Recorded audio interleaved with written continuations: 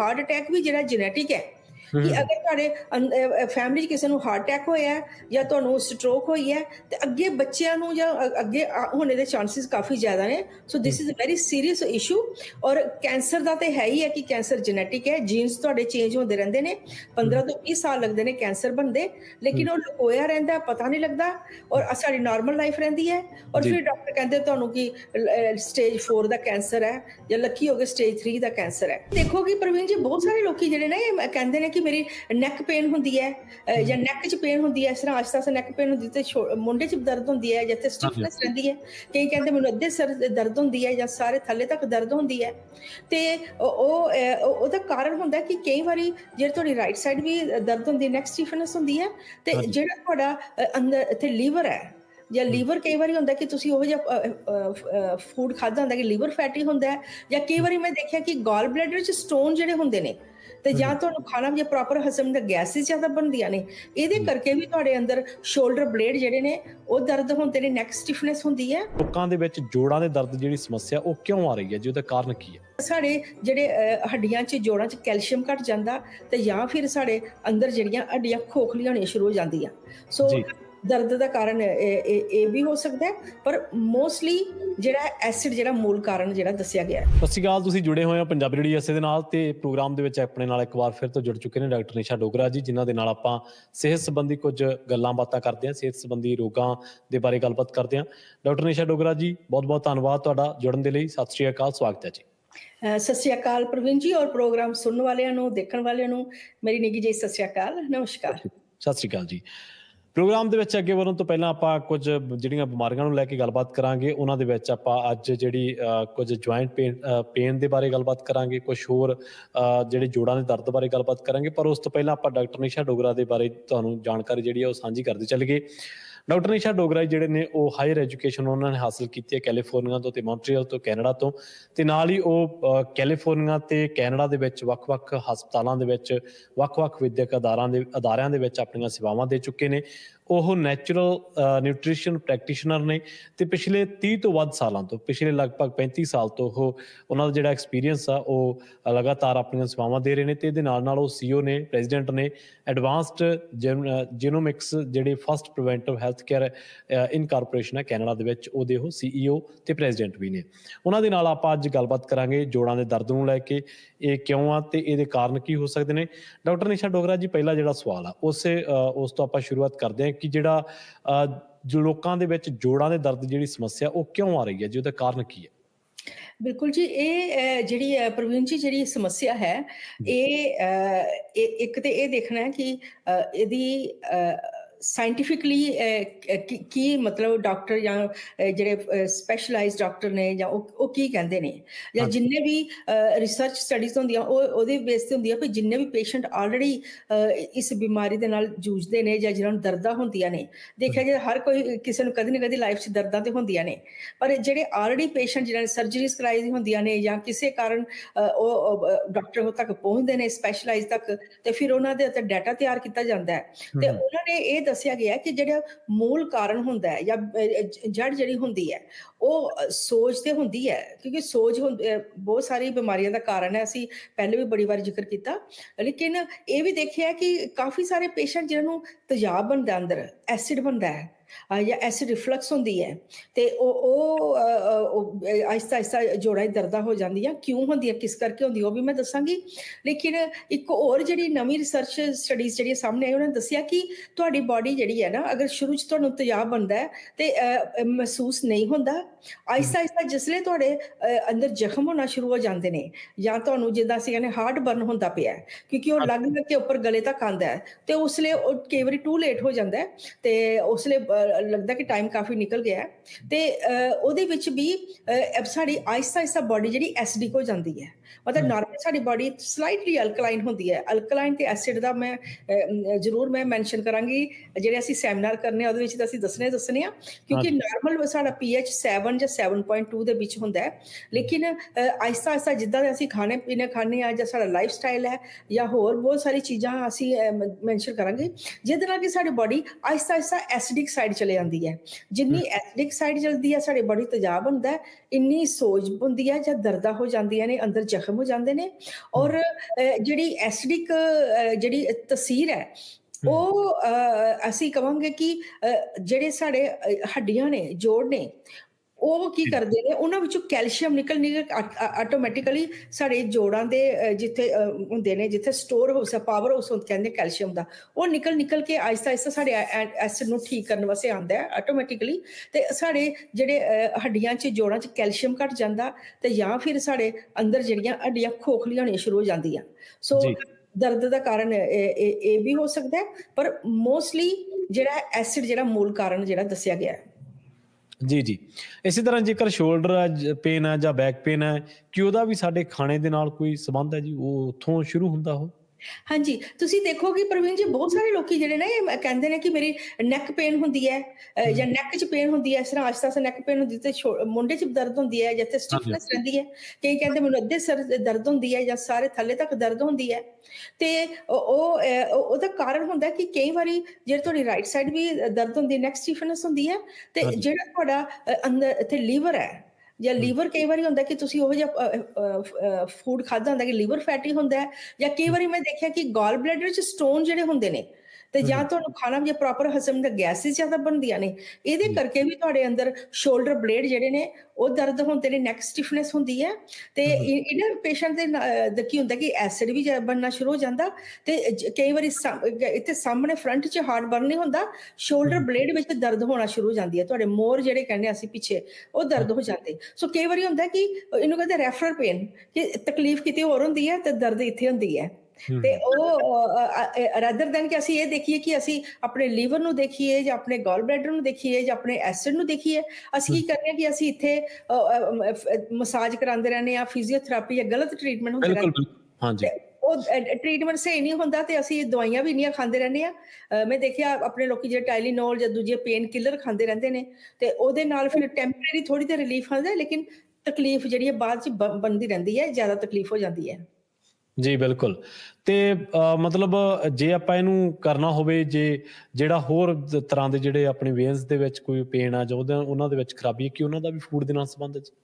ਹਾਂਜੀ, ਦੇਖੋ ਇਹ ਫੂਡ ਐਲਰਜੀਜ਼ ਦਾ ਨਾਲ ਸੰਬੰਧਿਤ ਹੁੰਦਾ ਜ਼ਿਆਦਾ, ਕਿਉਂਕਿ ਜਿਹੜੀ ਸਾਡੀਆਂ ਲੱਤਾਂ ਦੀਆਂ ਜਿਹੜੇ ਲੋਅਰ ਲੈਗਸ ਵਿੱਚ ਵੀ ਜਾਂ ਥਾਈਜ਼ ਵਿੱਚ ਵੀ ਜਿਹੜੀਆਂ ਨੀਲੀਆਂ ਨਾੜੀਆਂ ਦਿਸਦੀਆਂ ਨੇ, ਤੇ ਮੈਕਰੋ ਕੈਪਿਲਰੀਜ਼ ਕਹਿੰਦੇ ਨੇ, ਤੇ ਜਿਹੜੀਆਂ ਛੋਟੀ ਛੋਟੀਆਂ ਪਰਪਲ ਦਿਸਦੀਆਂ ਨੇ ਉਹਨਾਂ ਨੂੰ ਮਾਈਕਰੋ ਕੈਪਿਲਰੀਜ਼ ਕਹਿੰਦੇ ਨੇ। ਤੇ ਇਹ ਜਿਹੜੀਆਂ ਬਲੌਕ ਹੋਣਾ ਸ਼ੁਰੂ ਹੋ ਜਾਂਦੀਆਂ ਨੇ, ਇੱਕ ਦੇਖਿਆ ਗਿਆ ਕਿ ਇਹ ਐਲਰਜੀਜ਼ ਦੇ ਸਾਈਨ ਹੁੰਦੇ ਨੇ, ਕਿ ਤੁਸੀਂ ਜੋ ਖਾਂਦੇ ਹੋ ਤੇ ਉਹ ਤੁਹਾਨੂੰ ਐਲਰਜੀਜ਼ ਹੁੰਦੀ ਹੈ, ਤੇ ਜਾਂ ਹੋਰ ਵੀ ਕਿਸੇ ਕਿਸਮ ਦੀ ਐਲਰਜੀਜ਼ ਹੋ ਸਕਦੀਆਂ ਨੇ। ਪਿਛਲੀ ਵਾਰੀ ਮੈਂਸ਼ਨ ਕੀਤਾ ਸੀ ਮੈਂ ਕਿ ਫੂਡ ਐਲਰਜੀਜ਼ ਬੜੀਆਂ ਕਾਮਨ ਨੇ, ਕਿਉਂਕਿ ਉਹਨਾਂ ਵਿੱਚ ਕੈਮੀਕਲਸ ਬਹੁਤ ਪਾਏ ਹੁੰਦੇ ਨੇ, ਤੇ ਉਹ ਕੈਮੀਕਲਸ ਸਾਡੇ ਅੰਦਰ ਜਾ ਕੇ ਸਾਡੇ ਜਿੱਦਾਂ ਅਗਰ ਹਾਰਟ ਨੂੰ ਵੀ ਅਗਰ ਸੋਜ ਬਣਾਉਂਦੇ ਨੇ, ਤੇ ਬਲੱਡ ਵੈਸਲ ਵਿੱਚ ਨੂੰ ਬਣਾਉਂਦੇ ਨੇ, ਕਿਉਂਕਿ ਉੱਥੇ ਸਾਰੀ ਬਲੱਡ ਵੈਸਲ ਸਾਡੀ ਬੋਡੀ 'ਚ ਸਾਰੇ ਹੀ ਫੈਲੇ ਹੋਏ ਨੇ ਨਾ, ਤੇ ਕਨੈਕਸ਼ਨ ਹਾਰਟ ਦੇ ਨਾਲ ਵੀ ਹੈ, ਬ੍ਰੇਨ ਦੇ ਨਾਲ ਵੀ ਹੈ। ਤਾਂ ਉਹ ਵੈਰੀਕੋਸ ਵੇਨਸ ਮੋਸਟਲੀ ਇਗਨੋਰ ਹੋ ਜਾਂਦੀ ਹੈ। ਕਈ ਤਾਂ ਕਹਿੰਦੇ ਉਹ ਸਾਨੂੰ ਤਾਂ ਬਚਪਨ ਤੋਂ ਹੀ ਹੈ, ਇਹ ਤਾਂ ਬੜੇ ਸਾਲਾਂ ਤੋਂ ਹੈ, ਕਿਉਂਕਿ ਉਹਦੀ ਕੋਈ ਦਰਦ ਨਹੀਂ ਹੁੰਦੀ, ਲੇਕਿਨ ਉਹ ਇੰਡੀਕੇਸ਼ਨ ਹੈ, ਉਹ ਅਲਾਰਮਿੰਗ ਸਾਈਨ ਹੈ ਕਿ ਇਹ ਵੈਰੀਕੋਸ ਵੇਨਸ, ਇਹ ਵੀ ਸੀਰੀਅਸ ਲੈਣਾ ਚਾਹੀਦਾ ਕਿ ਇਹ ਮੇਰੇ ਅੰਦਰ ਕੁਛ ਨਾ ਕੁਛ ਗੜਬੜ ਹੁੰਦੀ ਪਈ, ਖਰਾਬੀ ਹੁੰਦੀ ਪਈ ਹੈ। ਤੇ ਜ਼ਰੂਰ ਆਪਣਾ ਤੁਸੀਂ ਜਿਹੜੇ ਮੈਂ ਹੇਅਰ ਟੈਸਟਿੰਗ ਦੀ ਗੱਲ ਕੀਤੀ, ਆਪਣੇ ਟੈਸਟ ਜ਼ਰੂਰ ਕਰਾਉਣੇ ਚਾਹੀਦੇ। ਇਹ ਦੇਖਣਾ ਚਾਹੀਦਾ ਕਿ ਮੈਨੂੰ ਕਿਹੜੇ ਖਾਣੇ ਖਰਾਬ ਲੱਗਦੇ ਪਏ ਨੇ, ਕਿਹੜੇ ਖਾਣੇ ਮੈਨੂੰ ਬਦਹਜ਼ਮੀ ਕਰਦੇ ਪਏ ਨੇ, ਕਿਹੜੇ ਖਾਣੇ ਜਿਹੜੇ ਸੋਜ ਬਣਾਉਂਦੇ ਪਏ ਨੇ। ਜਾਂ ਕਈ ਵਾਰੀ ਪ੍ਰਵੀਨ ਜੀ ਇਹ ਵੀ ਦੇਖਿਆ ਕਿ ਜਿਹੜਾ ਕਈਆਂ ਦਾ ਆਇਰਨ ਲੋ ਹੋ ਜਾਂਦਾ, ਕੈਲਸ਼ੀਅਮ ਲੋ ਹੈ, ਮੈਗਨੀਸ਼ੀਅਮ ਹੈ, ਪੋਟਾਸ਼ੀਅਮ ਹੈ, B12 ਲੋ, ਵਿਟਾਮਿਨ ਡੀ ਹੈ ਨਾ, ਲੋ ਹਾਈ ਹੋ ਜਾਂਦੇ, ਤੇ ਉਹ ਸਾਨੂੰ ਇਹ ਨਹੀਂ ਪਤਾ ਲੱਗਦਾ ਪਈ ਇਹ ਕਿਸ ਕਾਰਨ ਲੋ ਹੋਏ ਨੇ। ਅਸੀਂ ਸਪਲੀਮੈਂਟ ਖਾਂਦੇ ਰਹਿੰਦੇ ਹਾਂ, ਤੇ ਜਿਹੜਾ ਕਈ ਕਹਿੰਦੇ ਅਸੀਂ 2-2 ਸਾਲ ਵੀ ਆਇਰਨ ਦੀ ਗੋਲੀਆਂ ਲੈਂਦੇ ਰਹਿੰਦੇ ਕਿ ਆਇਰਨ ਪੂਰਾ ਨਹੀਂ ਹੁੰਦਾ, ਕਿਉਂਕਿ ਅਸੀਂ ਰੂਟ ਕਾਜ਼ ਨਹੀਂ ਫਿਗਰ ਆਊਟ ਕਰ ਸਕਦੇ ਕਿ ਕਿਉਂ ਹੁੰਦਾ ਪਿਆ। ਸੋ ਇਸ ਟੈਸਟ ਵਿੱਚ ਜਿਹੜਾ ਮੈਂ ਹੇਅਰ ਦੀ ਟੈਸਟ ਦੀ ਗੱਲ ਕੀਤੀ ਹੈ, ਇਹਦੇ ਵਿੱਚ ਤੁਹਾਨੂੰ 3 ਕਿਸਮ ਦੀ ਇਨਫੋਰਮੇਸ਼ਨ ਮਿਲੇਗੀ। ਇੱਕ ਤੇ ਹੈ ਕਿ ਤੁਹਾਨੂੰ ਕਿਹੜੇ ਫੂਡ ਐਲਰਜੀਜ਼ ਕਰਦੇ ਪਏ ਨੇ, ਐਸਿਡ ਬਣਾਉਂਦੇ, ਗੈਸ, ਬਲੋਟਿੰਗ, ਕਬਜੀ, ਡਾਇਰੀਆ ਹੁੰਦਾ ਪਿਆ, ਕਿਹੜੇ ਖਾਣੇ ਨੇ ਤੁਹਾਡੇ ਅੰਦਰ ਸੋਜ ਬਣਾਉਂਦੇ ਪਏ ਨੇ, ਜਾਂ ਸੋਜ ਹੋ ਕੇ ਤੇ ਤੁਹਾਡੇ ਅੰਦਰ ਹੋਰ ਬਿਮਾਰੀਆਂ, ਬਲੱਡ ਪ੍ਰੈਸ਼ਰ, ਕੋਲੇਸਟ੍ਰੋਲ, ਡਾਇਬਟੀਜ਼, ਜੋੜਾਂ ਦੀ ਦਰਦਾਂ ਜਾਂ ਐਲਰਜੀਜ਼, ਹੋਰ ਕਿਸ ਚੀਜ਼ਾਂ ਬਿਮਾਰੀ ਬਣਾਉਂਦੇ ਪਏ ਨੇ।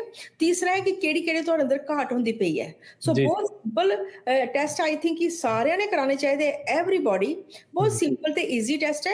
ਤੇ ਤੁਸੀਂ ਆਪਣੇ ਥੋੜੇ ਜਿਹੇ ਬਾਲ ਜਿਹੜੇ ਜਿਪਲਾਕ ਚ ਪਾ ਕੇ ਲਿਆ ਸਕਦੇ ਹੋ, ਤੇ ਜਿਨ੍ਹਾਂ ਨੇ ਅੰਮ੍ਰਿਤ ਛਕਿਆ ਉਹ ਆਪਣੇ ਕੰਘੀ ਵਾਲੇ ਬਾਲ ਜਿਹੜੇ ਬਾਲ ਨਿਕਲਦੇ ਜਾਂ ਬਾਲ ਝੜਦੇ ਨੇ, ਉਹ ਵੀ ਤੁਸੀਂ ਇਕੱਠੇ ਕਰਕੇ ਇੰਨੇ ਕੁ ਬਾਲ ਤੁਸੀਂ ਲਿਆਣੇ ਨੇ, ਤੇ ਉਹ ਅਸੀਂ ਟੈਸਟ ਕਰਕੇ ਤੇ ਤੁਹਾਨੂੰ ਦੱਸਾਂਗੇ ਕਿ ਤੁਹਾਨੂੰ ਕੀ ਤਕਲੀਫ ਹੁੰਦੀ ਪਈ ਹੈ, ਤੁਹਾਨੂੰ ਵੈਰੀਕੋਸ ਵੇਨਸ ਕਿਉਂ ਬਣਦੀ ਪਈਆਂ, ਐਲਰਜੀਜ਼ ਕਿਉਂ ਹੁੰਦੀ ਪਈਆਂ, ਜਾਂ ਤੁਹਾਡੇ ਅੰਦਰ ਹੋਰ ਕਿਹੜੀਆਂ ਗੁੱਝੀਆਂ ਬਿਮਾਰੀਆਂ ਨੇ ਜਿਹੜਾ ਕਿ ਪਤਾ ਨਹੀਂ ਲੱਗਦਾ ਪਿਆ ਕਿ ਇਹ ਮੈਨੂੰ ਕਿਉਂ ਹੁੰਦਾ ਪਿਆ। ਜੀ ਤੇ ਅੱਛਾ, ਇੱਕ ਜ਼ਰੂਰ ਜਿਹੜੀ ਆਪਾਂ ਸੈਮੀਨਾਰ ਦੇ ਬਾਰੇ ਗੱਲਬਾਤ ਕਰਦੇ ਚੱਲੀਏ, ਤੇ ਇੱਕ ਡਾਕਟਰ ਸਾਹਿਬਾ ਦੇ ਨਾਲ ਜੇਕਰ ਤੁਸੀਂ ਰਾਬਤਾ ਕਾਇਮ ਕਰਨਾ, ਉਹਨਾਂ ਦਾ ਨੰਬਰ ਹੈ 419 699 0626 419 699 0626। ਇਹਨਾਂ ਦਾ ਨੰਬਰ ਹੈ, ਇਸ ਨੰਬਰ ਤੇ ਤੁਸੀਂ ਰਾਬਤਾ ਕਾਇਮ ਕਰ ਸਕਦੇ ਹੋ। ਤੇ ਡਾਕਟਰ ਸਾਹਿਬਾ, ਜਿਹੜਾ ਸੈਕਰਾਮੈਂਟੋ ਦੇ ਵਿੱਚ ਤੁਸੀਂ ਕੈਂਪ ਲਾਉਣ ਜਾ ਰਹੇ ਹੋ, ਸੈਮੀਨਾਰ ਲਾਉਣ ਜਾ ਰਹੇ ਹੋ, ਉਹਦੇ ਬਾਰੇ ਜ਼ਰੂਰ ਸਾਡੇ ਨਾਲ ਜਾਣਕਾਰੀ ਸਾਂਝੀ ਕਰ ਦਿਓ ਜੀ। ਬਿਲਕੁਲ ਪ੍ਰਵੀਨ ਜੀ, ਔਰ ਮੈਨੂੰ ਬੜੀ ਖੁਸ਼ੀ ਹੁੰਦੀ ਪਈ ਹੈ ਇਹ ਅਨਾਉਂਸ ਕਰਦੇ ਕਿ ਅਸੀਂ ਇੱਕ ਸੈਕਰਾਮੈਂਟੋ 'ਚ ਵੀ ਆਪਣਾ ਆਫਿਸ ਖੋਲਿਆ, ਕਿਉਂਕਿ ਸੈਕਰਾਮੈਂਟੋ ਸਾਨੂੰ ਆਲਮੋਸਟ 17 ਸਾਲ ਤੇ ਹੋ ਗਏ ਸਾਨੂੰ ਆਉਂਦੇ ਲਗਾਤਾਰ, ਔਰ ਜਿਹੜੇ ਜਾਣਦੇ ਵੀ ਆਨੇ ਲਗਾਤਾਰ ਸੈਮੀਨਾਰ ਅਸੀਂ ਕਰਦੇ ਰਹਿੰਦੇ ਹਾਂ ਥਰੂ ਆਊਟ ਕੈਲੀਫੋਰਨੀਆ, ਜਿਹੜੇ ਕਿ ਅਸੀਂ ਫ੍ਰਿਜ਼ਨੋ 'ਚ ਸੈਮੀਨਾਰ ਕੀਤੇ ਨੇ, ਸੈਨ ਹੋਜ਼ੇ ਹੈ, ਮਿਲਪਿਟਾਸ ਹੈ, ਸਟਾਕਟਨ 'ਚ ਨੇ, ਸੈਕਰਾਮੈਂਟੋ ਮੇਨ, ਯੂਬਾ ਸਿਟੀ, ਰਿਓਲੈਂਡੋ, ਹਰ ਜਗ੍ਹਾ ਅਸੀਂ ਅਲੱਗ-ਅਲੱਗ ਸੈਮੀਨਾਰ ਕੀਤੇ ਨੇ, ਫ੍ਰੀਮੌਂਟ ਵੀ। ਤੇ ਇਹ ਜਿਹੜੇ ਸੈਮੀਨਾਰ ਹੁਣ ਅਸੀਂ ਇੱਥੇ ਆਫਿਸ ਵੀ ਖੋਲਿਆ, ਸੋ ਬਹੁਤ ਜਿਹਨਾਂ ਨੂੰ ਪਤਾ ਬੜੇ ਖੁਸ਼ ਹੁੰਦੇ ਪਏ ਨੇ ਕਿ ਐਟਲੀਸਟ ਸਾਨੂੰ ਆਪਣੇ ਘਰ ਦਾ ਡਾਕਟਰ ਮਿਲ ਗਿਆ, ਔਰ ਜਿਹੜਾ ਪੰਜਾਬੀ ਬੋਲਦਾ ਵੀ ਹੈ, ਔਰ ਲੇਡੀਜ਼ ਖਾਸ ਕਰ ਜ਼ਿਆਦਾ ਖੁਸ਼ ਹੁੰਦੀਆਂ ਕਿ ਆਪਣੇ ਲੇਡੀਜ਼ ਡਾਕਟਰ ਮਿਲ ਗਈਆਂ ਜਿਹਦੇ ਨਾਲ ਆਪਣੀ ਪੰਜਾਬੀ 'ਚ ਆਪਣੀ ਗੱਲ ਸਾਂਝੀ ਕਰ ਸਕਦੇ ਹਾਂ।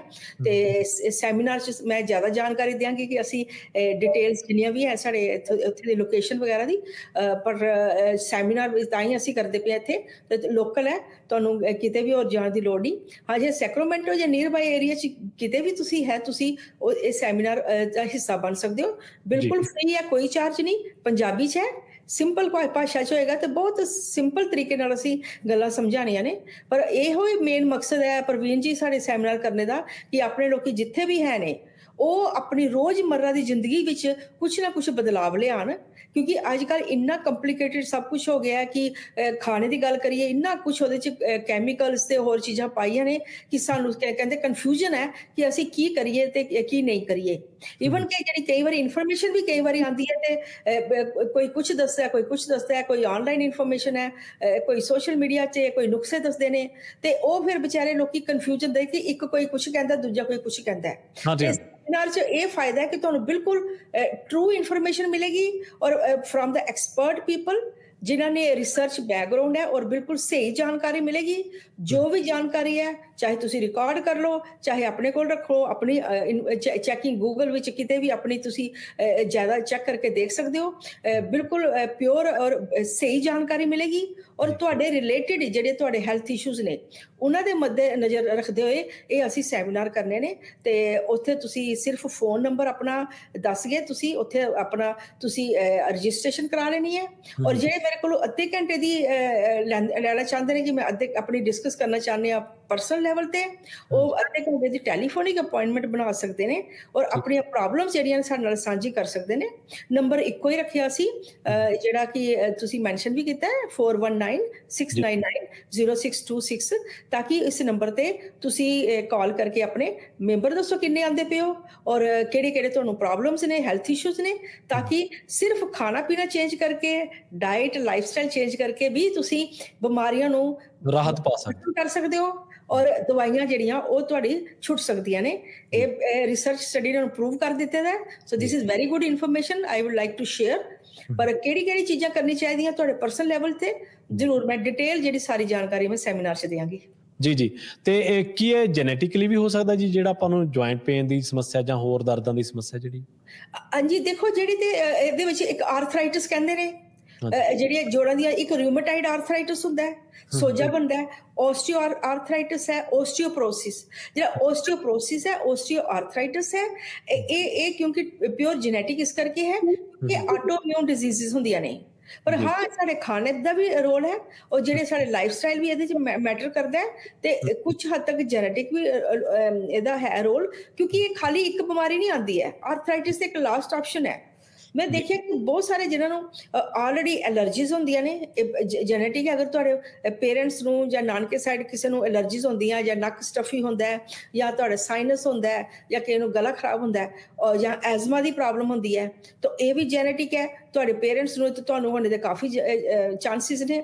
ਜਿਹੜੀ ਡਾਇਬਟੀਜ਼ ਦੀ ਗੱਲ ਕੀਤੀ ਹੈ, ਡਾਇਬਟੀਜ਼ ਵੀ ਜੈਨੇਟਿਕ ਹੀ ਹੈ ਕਿ ਤੁਹਾਡੇ ਅਗਰ ਫੈਮਿਲੀ 'ਚ ਕਿਸੇ ਨੂੰ ਤੁਹਾਨੂੰ ਹੋਣੇ ਚਾਂਸਿਸ ਨੇ। ਹਾਂ, ਹਾਰਟ ਅਟੈਕ ਜਿਹੜਾ ਇਹ ਹੁਣ ਪਤਾ ਲੱਗਾ ਕਿ ਹਾਰਟ ਅਟੈਕ ਵੀ ਜਿਹੜਾ ਜੈਨੇਟਿਕ ਹੈ, ਕਿ ਅਗਰ ਤੁਹਾਡੇ ਫੈਮਿਲੀ 'ਚ ਕਿਸੇ ਨੂੰ ਹਾਰਟ ਅਟੈਕ ਹੋਇਆ ਹੈ ਜਾਂ ਤੁਹਾਨੂੰ ਸਟ੍ਰੋਕ ਹੋਈ ਹੈ, ਤੇ ਅੱਗੇ ਬੱਚਿਆਂ ਨੂੰ ਜਾਂ ਅੱਗੇ ਹੋਣੇ ਦੇ ਚਾਂਸਿਸ ਕਾਫੀ ਜ਼ਿਆਦਾ ਨੇ। So this is a very serious issue. ਔਰ ਕੈਂਸਰ ਦਾ ਤੇ ਹੈ ਹੀ ਹੈ ਕਿ ਕੈਂਸਰ ਜੈਨੇਟਿਕ ਹੈ, ਜੀਨਸ ਤੁਹਾਡੇ ਚੇਂਜ ਹੁੰਦੇ ਰਹਿੰਦੇ ਨੇ। 15 ਤੋਂ 20 ਸਾਲ ਲੱਗਦੇ ਨੇ ਕੈਂਸਰ ਬਣਦੇ, ਲੇਕਿਨ ਉਹ ਲੁਕੋਇਆ ਰਹਿੰਦਾ, ਪਤਾ ਨਹੀਂ ਲੱਗਦਾ, ਔਰ ਸਾਡੀ ਨਾਰਮਲ ਲਾਈਫ ਰਹਿੰਦੀ ਹੈ। ਔਰ ਫਿਰ ਡਾਕਟਰ ਕਹਿੰਦੇ ਤੁਹਾਨੂੰ ਕਿ ਸਟੇਜ 4 ਦਾ ਕੈਂਸਰ ਹੈ, ਜਾਂ ਲੱਕੀ ਹੋ ਗਏ ਸਟੇਜ 3 ਦਾ ਕੈਂਸਰ ਹੈ, ਲੇਕਿਨ ਇਹ ਚੀਜ਼ਾਂ ਜਿਹੜੀਆਂ ਨੇ ਪਤਾ ਨਹੀਂ ਲੱਗਦਾ। ਔਰ ਪ੍ਰਵੀਨ ਜੀ ਦੇਖੋ ਕਿ ਕੋਲਨ ਕੈਂਸਰ ਜਿਹੜਾ ਬਹੁਤ ਕਾਮਨ ਹੁੰਦਾ ਪਿਆ ਆਪਣੇ ਲੋਕਾਂ ਨੂੰ। ਹਾਂਜੀ, ਪ੍ਰੋਸਟੇਟ ਕੈਂਸਰ ਜੈਂਟਸ ਨੂੰ, ਬਲੈਡਰ ਕੈਂਸਰ। ਤੁਸੀਂ ਹੈਰਾਨ ਹੋ ਜਾਓਗੇ, 25 ਸਾਲ ਦੀ ਇੱਕ ਲੜਕੀ ਹੈ ਜਿਹਨੂੰ ਬਲੈਡਰ ਕੈਂਸਰ ਹੋਇਆ ਹੈ। ਉਹ ਦੇਖੋ 25 ਸਾਲ ਦੀ ਕੁਛ ਨਹੀਂ, ਲਾਈਫ ਸ਼ੁਰੂ ਹੋਤੀ ਹੈ, she is just a student. ਤੇ ਮੈਂ ਜਿਸ ਤਰ੍ਹਾਂ ਮੈਂਸ਼ਨ ਕੀਤਾ ਕਿ ਇੱਕ ਕੈਂਸਰ ਬਣਦੇ 15 ਤੋਂ 20 ਸਾਲ ਲੱਗਦੇ ਨੇ, ਤੇ ਸੋਚੋ ਕਿ ਉਹਦੀ ਕਦੋਂ ਦੀ ਸਟੇਜਿਸ ਕਦੋਂ ਸ਼ੁਰੂ ਹੋਇਆ ਹੋਏਗਾ ਉਹਦੀ ਲਾਈਫ ਵਿੱਚ, ਹੈ ਨਾ। ਹੁਣ ਇਹ ਸੀਰੀਅਸ ਇਸ਼ੂ ਹੋ ਜਾਂਦੇ ਨੇ। ਤੇ ਆਪਣੀ ਕਮਿਊਨਿਟੀ ਜਿਹੜੀ ਹੈ, ਹਰ ਬਿਮਾਰੀਆਂ ਦੀ ਜਿਹੜੀ ਹੈ ਜਾਣਕਾਰੀ ਹੋਣੀ ਚਾਹੀਦੀ। ਆਪਣਾ ਚੈੱਕ ਕਿੱਦਾਂ ਰੱਖਣਾ ਹੈ, ਚਾਹੇ ਤੁਸੀਂ ਛੋਟੇ ਬੱਚੇ ਹੋ, ਚਾਹੇ ਟੀਨਏਜਰ ਹੋ, ਐਡਲਟ ਹੋ, ਸੀਨੀਅਰ ਹੋ, ਹਰ ਇੱਕ ਨੂੰ ਅੱਜ ਕੱਲ੍ਹ ਆਪਣਾ ਡਾਕਟਰ ਆਪੇ ਹੀ ਬਣਨਾ ਚਾਹੀਦਾ। ਬਿਲਕੁਲ, ਸਾਰੀ ਜਾਣਕਾਰੀ ਜਿਹੜੀ ਤੁਹਾਨੂੰ ਸੈਮੀਨਾਰ 'ਚ ਮਿਲੇਗੀ। ਜੀ। ਇੱਕ ਵਾਰ ਫਿਰ ਤੋਂ ਆਪਾਂ ਡਾਕਟਰ ਸਾਹਿਬਾ ਦਾ ਜਿਹੜਾ ਨੰਬਰ ਆ ਉਹ ਤੁਹਾਡੇ ਨਾਲ ਸਾਂਝਾ ਕਰ ਦਈਏ। 4196990626 ਇਹਨਾਂ ਦਾ ਨੰਬਰ ਹੈ। ਡਾਕਟਰ ਨਿਸ਼ਾ ਡੋਗਰਾ ਜੀ ਆਉਣ ਵਾਲੇ ਸਮੇਂ ਦੇ ਵਿੱਚ ਤੁਹਾਡੇ ਨਾਲ ਜਾਣਕਾਰੀਆਂ ਸਾਂਝੀਆਂ ਕਰ ਦੇਣਗੇ। ਉਹ ਇੱਕ ਸੈਮੀਨਾਰ ਕਰਨ ਜਾ ਰਹੇ ਨੇ। ਸੈਮੀਨਾਰ ਵਾਸਤੇ ਵੀ ਜੇਕਰ ਤੁਸੀਂ ਕੋਈ ਜਾਣਕਾਰੀ ਮੰਗਣਾ ਚਾਹੁੰਦੇ, ਕੋਈ ਜਾਣਕਾਰੀ ਸਾਂਝੀ ਕਰਨਾ ਚਾਹੁੰਦੇ, ਕੋਈ ਜਾਣਕਾਰੀ ਦੀ ਚਾਹੀਦੀ ਤੁਹਾਨੂੰ, ਤਾਂ ਤੁਸੀਂ 419-699-0626 ਦੇ ਉੱਤੇ ਜਿਹੜਾ ਰਾਬਤਾ ਉਹਨਾਂ ਦੇ ਨਾਲ ਕਰ ਸਕਦੇ ਹੋ। ਡਾਕਟਰ ਸਾਹਿਬਾ ਤੁਹਾਡਾ ਬਹੁਤ ਬਹੁਤ ਧੰਨਵਾਦ ਜੀ ਪੰਜਾਬੀ USA ਦੇ ਲਈ ਸਮਾਂ ਕੱਢਣ ਦੇ ਲਈ। ਥੈਂਕ ਯੂ ਜੀ, ਥੈਂਕ ਯੂ। ਇਸ ਗੱਲਬਾਤ ਨੂੰ ਆਪਾਂ ਇੱਥੇ ਰੋਕਾਂਗੇ। ਤੁਹਾਡਾ ਸਾਰਿਆਂ ਦਾ ਵੀ ਬਹੁਤ ਬਹੁਤ ਧੰਨਵਾਦ।